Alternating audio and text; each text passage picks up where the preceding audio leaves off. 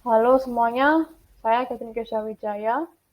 Ya, sekarang saya akan menjelaskan tentang polymorphism, yaitu tentang override dan overload.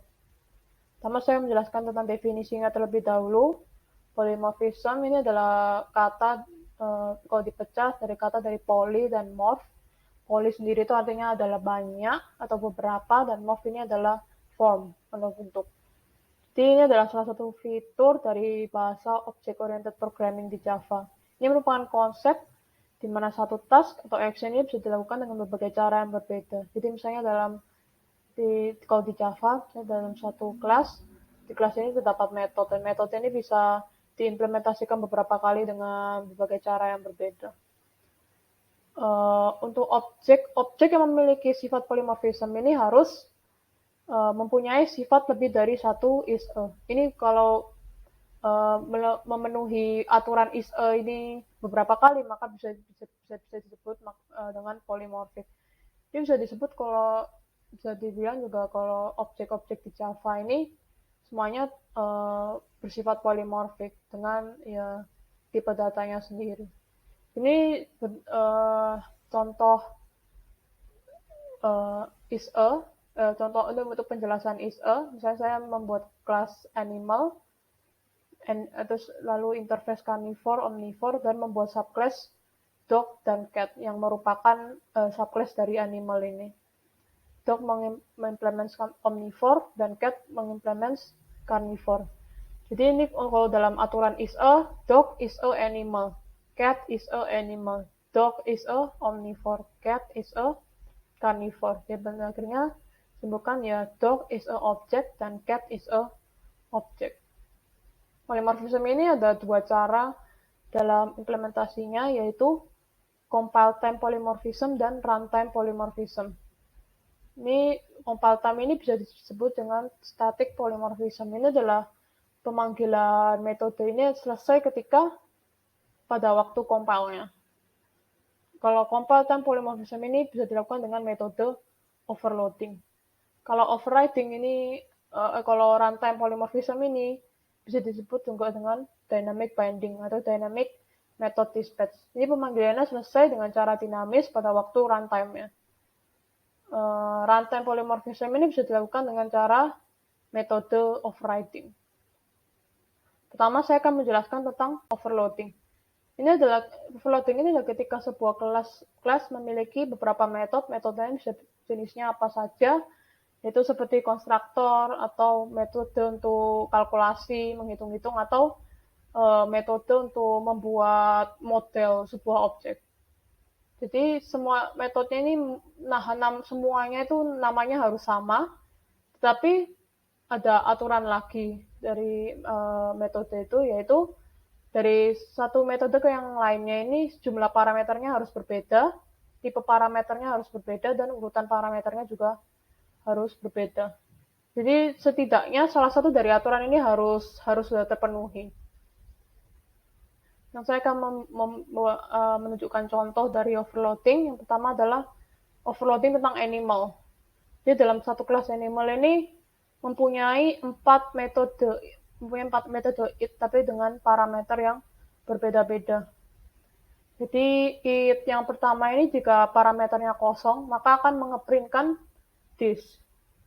Lalu untuk metode fungsi it yang kedua, jika dimasukkan parameter string, satu parameter string, maka akan di-print animal can eat, ya parameter sesuai dengan string parameter yang dimasukkan. Lalu selanjutnya adalah parameternya untuk metode it ini, parameternya adalah string A dan string B. Jadi jika memasukkan dua parameter string, maka akan mengeprintkan animal can eat. Ya, yang pertama yang akan ditunjukkan pertama adalah yang string A, ya, lalu and string B. Selanjutnya adalah parameter it dengan fungsi it dengan parameternya string A dan integer B. Jika dimasukkan seperti ini, maka akan mengeprint animal can eat, B integernya types of stringnya. Jadi binatang ini bisa makan berapa macam makanan yang dimasukkan di parameter. Jadi dalam kelas ini benar-benar terdapat 4 metode dengan nama yang sama yaitu it. Setiap metode setidaknya ada perbedaan di jumlah parameter dan type parameternya. Jadi dari 1 ke 3 ini perbedaannya adalah di jumlah parameternya. Yang ini kosong, yang ini ada 1, yang ini ada 2. Untuk yang keempat ini adalah perbedaan di tipe parameternya. Satunya untuk variabel B-nya menggunakan tipe integer. Dan ini untuk pemanggilannya. Jadi dibuat objek animal, lalu dipanggil animals it, lalu dipanggil lagi dengan parameter meet. Animals it ini mengeprint this, dan untuk it ini tadi animal can eat sesuai dengan parameter yang dimasukkan. Lalu dipanggil juga animals it untuk menunjukkan this. Kalau dimasukkan dua parameter string, maka this animal can eat meat and vegetable. Jadi animals eat untuk this seperti tadi, animals eat string, parameter string dan integer. Jadi this animal can eat 2 types of meat. Itu sekarang saya ada contoh lagi untuk overloading yang temanya shape atau bentuk. Jadi dalam satu kelas ini mempunyai metode area atau luas. Untuk yang pertama kosong akan mengeprintkan the area of apa. Masih belum ada. Jadi selanjutnya untuk jika area ini dimasukkan parameter integer A, satu integer, maka akan mengeprint untuk menghitung luasnya square atau kotak. Maka akan parameternya ini akan langsung dikalikan. A kali A. Selanjutnya untuk A, jika dimasukkan 2, in B dan in A, maka akan mengeprint persegi panjang. Maka akan langsung dikalikan integer A dan integer B dari parameternya. Untuk yang terakhir adalah double A dan double B. Jika dimasukkan parameter double, dua parameter double, maka akan mengeprint triangle is A kali B per 2, dikali 0,5 kali A kali B. Jadi ini pemanggilannya. Pertama dibuat objek shape. Ini shape area ini semuanya sama seperti tadi, hanya bedanya kata-katanya saja. Jadi ini hanya untuk memanggil di area of seperti tadi. Kalau dimasukkan 1, maka akan mencari luasnya square. Maka 4 ini 4 kali 4 jadinya 16. Kalau shape terus kalau dimasukkan 2 parameter integernya, maka mencari persegi panjang 4 kali 5. Ini 20.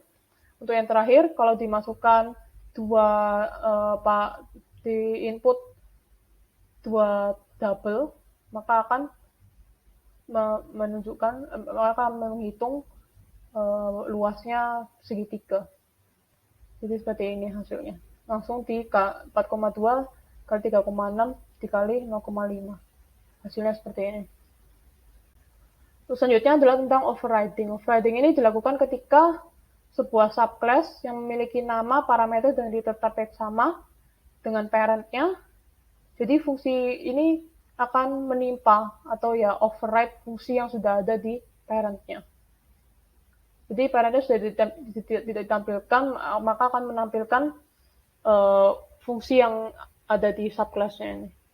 Jadi pemanggilan overriding ini dilakukan dengan menggunakan reference variable. Jadi fungsi yang akan dipanggil ini berdasarkan objek mana yang ditunjuk oleh reference variable. Hal ini bisa disebut dengan upcasting, di mana reference variable atau parent class ini akan menunjuk pada child-nya. Nanti ini akan mungkin lebih jelas lagi kalau saya tunjukkan contohnya.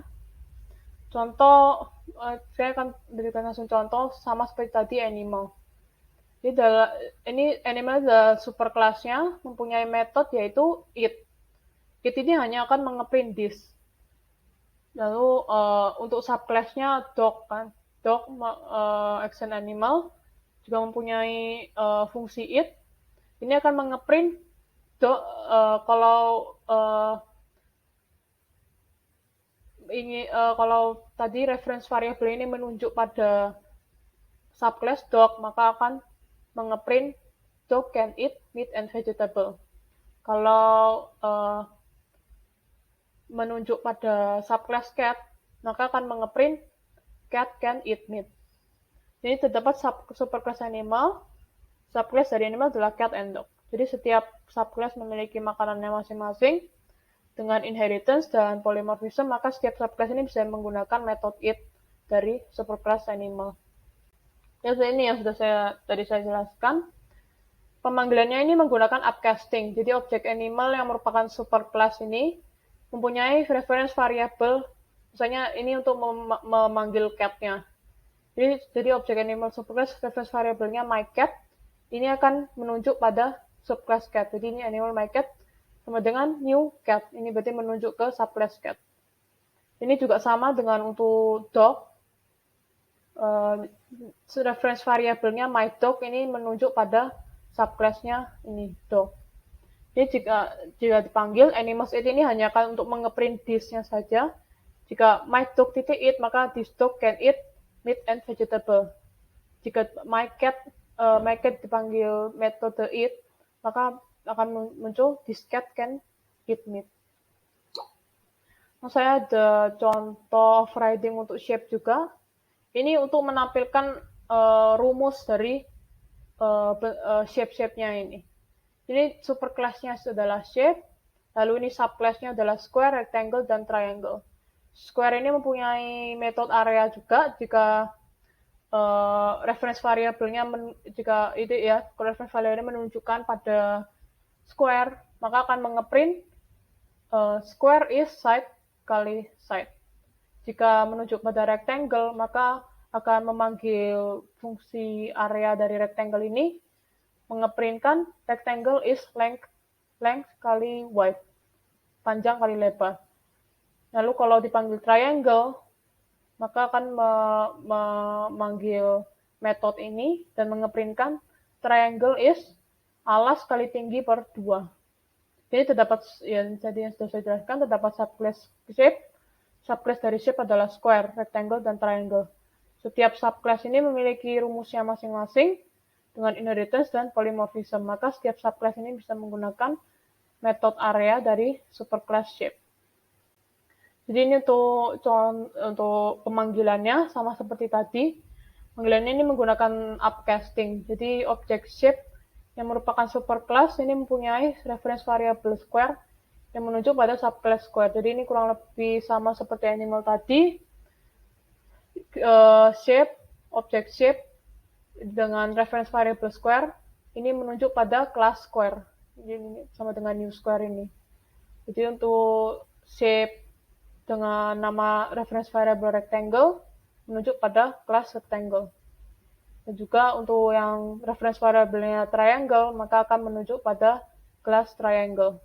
Jadi untuk pemanggilannya shape titik area ini untuk memanggil the area of ini. Lalu square titik area. Square kalau dipanggil metodenya square maka muncul square is side kali side. Dan juga ini untuk rectangle sama seperti tadi shape areanya untuk the area of. Jika dipanggil rectangle dengan memanggil fungsi area maka rectangle is length kali width. Untuk terakhirnya, triangle the area of, jika memanggil metodenya dari subclass triangle, maka akan the area of triangle is base kali height dibagi 2. Sekian dari presentasi saya. Maaf jika ada yang kurang jelas atau ada yang salah. Terima kasih.